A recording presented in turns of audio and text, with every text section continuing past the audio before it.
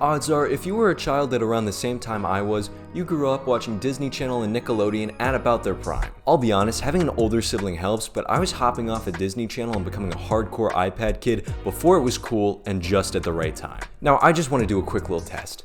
Take a moment and think about what your favorite Disney Channel show is. Now ask yourself, does your show have a DS game made about it? If the answer is no, you're wrong. From around the span of 2006 to 2010, Disney decided to turn multiple of their Disney Channel shows into video games, more specifically, DS games. From what I can tell, there's about 14 games that fall into this category.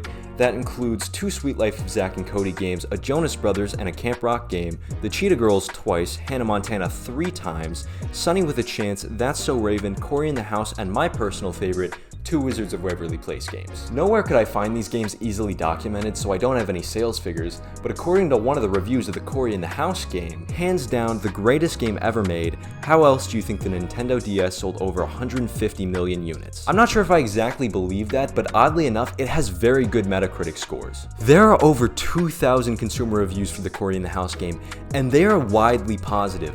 There is one person though who did not like it very much at all, because according to Metacritic, the Cory in the House game is the #1 DS game ever made. Well, looking at actual critics' reviews, the highest score I could find was for Sunny with a Chance, That's So Random, being an 80 out of 100. The lowest rated game, however, was the Cory in the House one, sitting at 35 out of 100. Let the record show I do not believe these reviews whatsoever, because according to that, Helldivers 2 for the PS5 is sitting at only 2 points above the Sunny with a Chance game for the Nintendo DS. Although that is hilarious, I highly doubt that that is factual. This is slightly off topic, but one of the critics' reviews for the Hannah Montana Music Jam game said, let me get this right, was a step up from the normal crappy TV show turned into crappier platformer. And then they compared it to a car crash being better than a train wreck. From what I can tell, these games' playtimes clock in at about 3.5 hours, so I chose 3 of the games that I plan to play completely through. I hope you guys approve of my selection. I'll be starting off playing Sweet Life of Zack and Cody, Tipton Trouble, before moving on to Wizards of Waverly Place Spellbound, before landing on the game I'm most looking forward to, Cory in the House. They really didn't try to come up with any special title. It's literally just the show. Okay, well I guess I'm gonna get started now. This is the sweet life. We've got a sweet life. Really? Is it a sweet life? Because I think my life would be pretty sweet if I never saw Riverdale, Cole Sprouse. My favorite part of the Zack and Cody franchise was the movie. Does anyone even remember the movie? It was really weird. I want to know whose idea it was. Anyway, we start the game off and we are just in the lobby, no explanation as to what's going on, but Esteban lost his wallet and it's up to Zack to get it back. First off, oh my god, this music is rough, and I will be forced to listen to it for the next 3.5 hours. We get a brief tutorial on how the movement works, and we are just trapped for some reason. But now at least we get to play as Cody, who has a vacuum strapped to his back. Also, he can't jump. I don't know if it's because of the vacuum or he just doesn't know how, but it will be annoying. However, he can suck and blow with his vacuum. I really wish I didn't have to say those words. He can also throw water balloons, and oh yeah, hover over water. Obviously. The confusion is real and it will only get worse. We eventually save Zack and learn some special twin abilities like standing on each other's shoulders, helping Cody up small ledges, and blowing Zack with the vacuum cleaner. After reaching the end of the first level, I discovered what will be one of the most infuriating parts of this entire game. Both Zack and Cody need to reach the end of this section in order to move on. However, you control them both separately, meaning you need to run through the level twice in order to get to the end. Or, if you're me, several times because you think Cody can get over a ledge, and he can't. We return Esteban's wallet, and then Arwen shows us some robots he's been working on. He's all like, ooh, don't press this big red button. So we press it, and now there's evil robots in the hotel. Who even makes that a button? Anyway, these robots are relentless, and Cody not being able to get up ledges just completely screws me. In the first few levels, in order to beat an enemy, you're kind of just forced to stand in front of them and get smacked in the teeth until either you or they die. This and many other levels just became trial and error for me, because past the tutorial, the game just doesn't tell you what to do. Also, every so often I'm forced to do a little skating minigame in order to advance, and the amount of times I miss it by just a few seconds, oh my god. This led me into our first boss fight that they gave me no real direction for. Apparently, I need to dodge his attacks while throwing water balloons at him until he powers down. Then I need to switch over to Zack, see what chute he's under, parkour my way over to the corresponding button, press it, and then do that 4 times before beating him down a 5th. Embarrassingly, this took me 42 minutes and I want to move on. By level 3, we're supposed to be watching London's dog, but the boys decide that they want to enter her dog in a beauty contest instead. Arwen also upgraded our vacuum, so now it shoots cream pies, and the level is filled with dogs. No comment. The level also introduced a disguise. But did it really though? I didn't know how to use said disguise. I don't know, maybe because the game never told me how to, so I had to stumble upon it myself. Needless to say, I was pissed. Why wouldn't I think that, right? Some crappy level design later and a little white boy dance, and we're racing boats. Was this ever a thing in the show? Anyway, I beat the crap out of a little kid despite not missing any obstacles, and okay, it's the end of that level now. Just wondering, but at what point did we ever enter her dog in a beauty contest like the game said we were going to do? Oh yeah, that's right, it didn't happen. Before the next one, I want you to look at this level menu. It's set up like an elevator keypad, which honestly is really cool, but why aren't we going in order? Whatever. The next level was actually pretty good. It was ghost themed, and enemies for the most part you could actually hit without having to take a bunch of damage. So yeah, honestly this level was pretty good between sucking ghosts and blowing Zack. At one point I did get completely screwed over by some water in the level, but despite that, it was pretty good. It also had a boss fight that was similar to the last, but this one was so much better. I mean, come on, it looks so much cooler. Returning from the ghost mission, Mr. Mosby tells us that the hotel is infested by rats, and it's our job to fix it for some reason. So he sends us down to the sewers. Don't worry though, because Arwen gave us a bubblegum feature for a vacuum.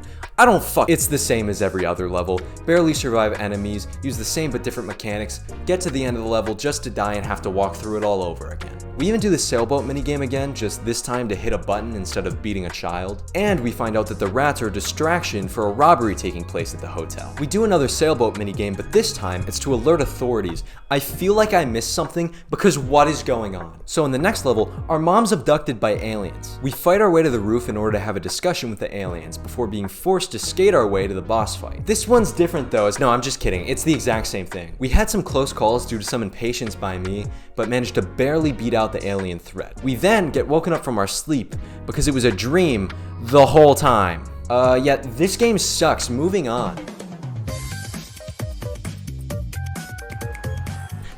Because everything is not what it seems. Everything is not what it seems, because while doing research for this video, I found some photos I did not want to see. Anyway, my favorite part of the Wizards of Waverly Place franchise is the movie. Now I know you guys remember the movie, because this movie was amazing. It's not that often that Disney Channel can have a movie that's an improvement on the series, or good. But goddamn, this one, it's a cinematic masterpiece. My rants aside, we start the game off as Alex talking to Harper about the Wizard World fashion show, which she made a dress for. And that's the entire plot that the game's based around. However, the entire plot of the show is based around magic, and the game knows that, so it's time to head to class. Also, let's just take a moment to adore the transitions that this game has.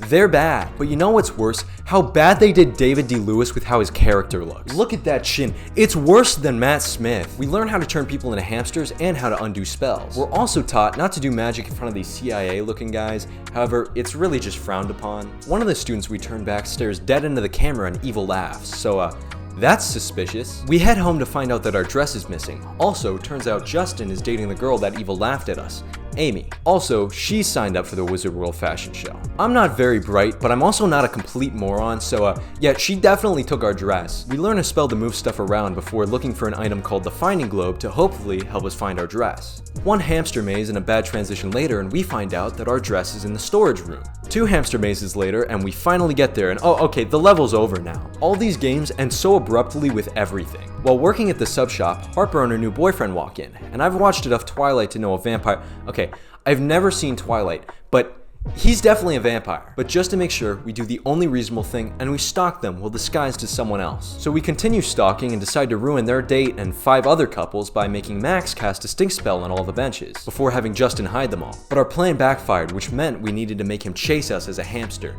How did we get here? Also, what is up with the dancing at the end of every level? When did that become a thing? We get back to the house just in time for Justin to be helping our competition, and then she casts a spell on our mannequin, causing it to book it down the street. So we have to play as Max in order to make sure it doesn't fall down any manholes. It became a whole cat and mouse scene as it's hiding under desks, locking itself in lockers, and chasing around those CIA looking guys. Until we start to have a Scooby-Doo chase popping in and out of random doorways. But I ain't no dummy, so I block all the doorways with chairs and I drag that thing back home where it's safe. Going to school the next day, we bump into Amy and she doesn't even go here. Suspiciously enough, our dress design is on posters all over the school, and that shit will not fly with me. After taking them all down, we head back to the sub shop and oh my god, a girl's wearing our dress. There's several of them, so we have to undo their clothing while serving sandwiches. I'm not kidding, the spell's called undo and we're changing their clothes. How would you phrase it? Apparently, we sent Max to do a similar mission, but I must have missed that somewhere, so he's just popping in and out of garbage cans changing girls' clothes. Meanwhile, Justin is simping over a generic mean white girl, so he does normal things like get her flowers and, impersonate people in order to compliment her. The latter is not so normal, I think, but it seems to pay off. It's the day of the competition, and after smuggling Harper into the wizarding world as our model, we find out that someone's been impersonating us and been destroying things all over the school, which forces us to have to clean up after, well, ourselves technically. Oh my god, you mean it was Amy the whole time?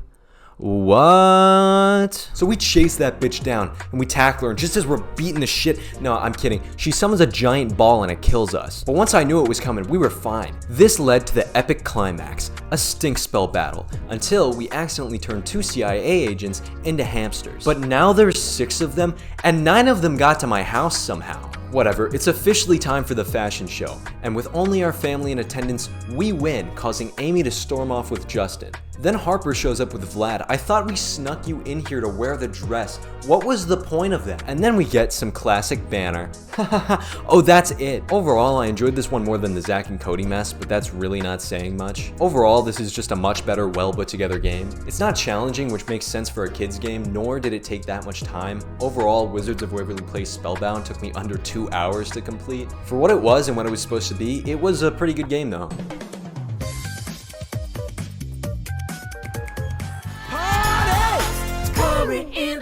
I'm your man. I actually don't have a singing intro for this one. I've never watched Cory in the House. I'm sorry, I chalk it up to reruns just not being played. Like Wizards and Sweet Life of Zack and Cody just got like crammed down our throats as kids. However, apparently there was a movie. It's called Cory in the House All-Star Edition, and the Rotten Tomatoes are just like the Metacritic reviews. I don't know what I'm missing, but I feel left out. The game starts and Cory is in fact in a house.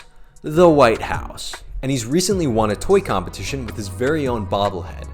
Not so sure if a bobblehead counts as a toy, it's more like desk decor, but I won't knock Cory's business. And business it is indeed, as we're shipped several boxes of Cory's bobbleheads in order to sell and make bank. The only problem is they've been hidden around the White House and we need to find them. We're given some nuclear some food that we can throw at enemies. You might be saying, Sean, there are enemies in this game? And I'd say, yeah, they're CIA agents. It's like creativity went out of the window on this game. We collect the rest of the bobbleheads before heading to the mall to convince vendors to sell our product. The problem is, everybody here is so needy. This guy wants a game, this girl wants calming music, this guy needs his sign fixed, this guy's character looks nothing like his player model.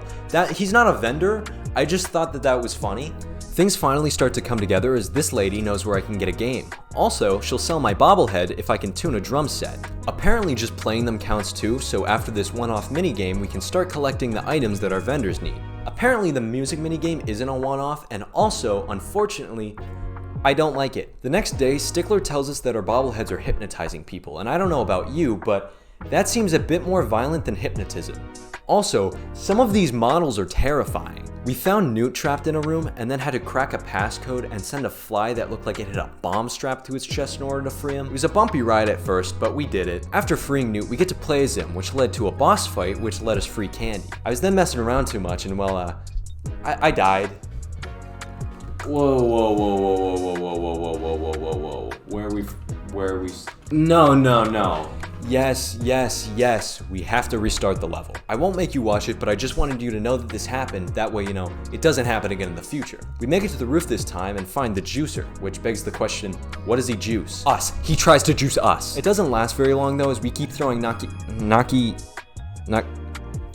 We win the fight and then we tamper with his machine. Before another song, and I still don't get it. Level 3, and Cory is no longer in the house, but on the street. I know, it's low-hanging fruit, but I don't know anything else about the show. I'm sorry. Once again, we need to get up to a roof in order to disable the machine. And then we play as Newt and do the same thing again. But this time, he gets stuck on the roof. We have to go back and free Newt before playing another damn song. Level 4 introduced fucking Freddy Fazbear. A maze full of enemies later, and we find Mina's dad. Not sure what the point of finding him was, but he's here now. I then have to run through a similar thing with Cory, but my game tabs out at the worst time and I die. Should we take a guess as to who forgot to save the game? It was me, I forgot again. We reach another boss fight, and we won't talk about how many times I fail this because I just didn't know what to do. Look, I take full responsibility. I haven't been reading the text since I had to restart. I figured it out and Agent Allen is safe. Now if we could only find the president. But first, jam sesh. I'm actually fucking losing my shit. I can't fucking take it. No! I hate this minigame. If I wanted to play a rhythm game, I would have played Hannah Montana or Camp Rock. And oh yeah, I didn't choose those. I'm a white boy who can't tap my foot to a beat. I don't want to do this. The most interesting parts before the final boss fight is the fact that Newt locks himself in a closet again. And oh yeah, we have to fight our secretary. Jumping to the final fight, we meet Wesley Wazeltoff. As far as a Google search can tell, this man does not exist. We're expected to pour ink on the ground, make him slip 3 times, throw fuck, and pepper spray him, and that takes care of 1 health point. I wound up blocking off an area that would make him fall instantly, and then I just abused the hell out of it until it was over. I then defused the bomb, or whatever it was, before returning to the White House to meet for the first time the president, who gives us a kiss on the lips and a slap on the ass. You know, how presidents are. Overall, these games were torture. Talk about cruel and unusual punishments. I would have preferred to be waterboarded. I can't decipher exactly what it was that was slowly driving me insane, but that broken 8-bit music that was constantly playing on repeat certainly didn't help. Out of the 3, Wizards of Waverly Place was the most manageable game. As for the other 2, it's up in the air.